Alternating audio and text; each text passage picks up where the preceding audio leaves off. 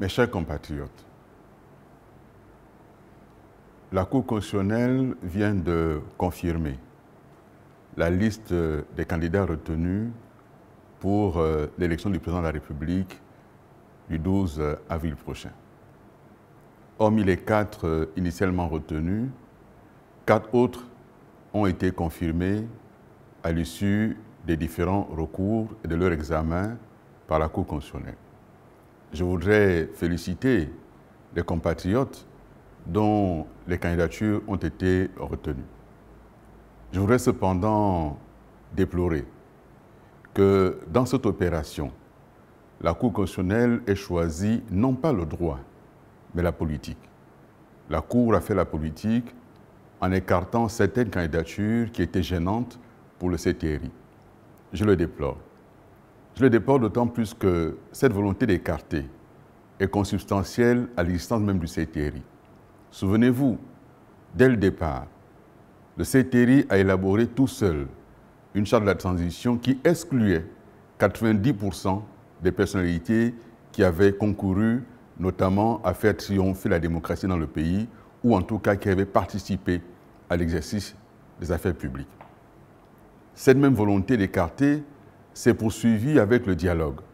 Un dialogue dit inclusif mais qui en réalité a été exclusif et qui a fait en sorte qu'il y ait des catégories de Gabonais. Entre les Gabonais nés d'un parent étranger, les Gabonais qui ont épousé un étranger ou une étrangère, et cela a contribué à faire de ce dialogue finalement un élément qui a permis d'écarter d'autres Gabonais. Et ça s'est poursuivi avec le référendum constitutionnel. Nous avons mené campagne pour le non et nous constatons aujourd'hui que nombre de compatriotes qui avaient mené campagne pour le oui ne s'y retrouvent même plus. Cette constitution est mauvaise. Il faudra absolument la changer. Moi, candidat et président demain, je reviendrai et j'annulerai cette constitution. Elle est mauvaise. Elle n'est pas bonne pour notre pays. Je m'adresse donc à nos compatriotes qui ont vu leur candidature injustement écartée pour leur dire tout mon soutien, toute ma solidarité et leur demander de ne pas se décourager, de continuer à se battre pour faire triompher l'état de droit, faire triompher la démocratie, faire triompher la liberté. Nous nous battrons ensemble pour que dans notre pays, l'état de droit soit une réalité, que dans notre pays, personne ne soit mis à l'écart sous prétexte d'un âge ou de ne pas être marié ou de porter un handicap, que personne ne soit écarté et que ces droits ne soient pas bafoués. Je le dis parce que le combat politique est un combat de longue haleine. Vous avez été écarté aujourd'hui, continuez à vous battre.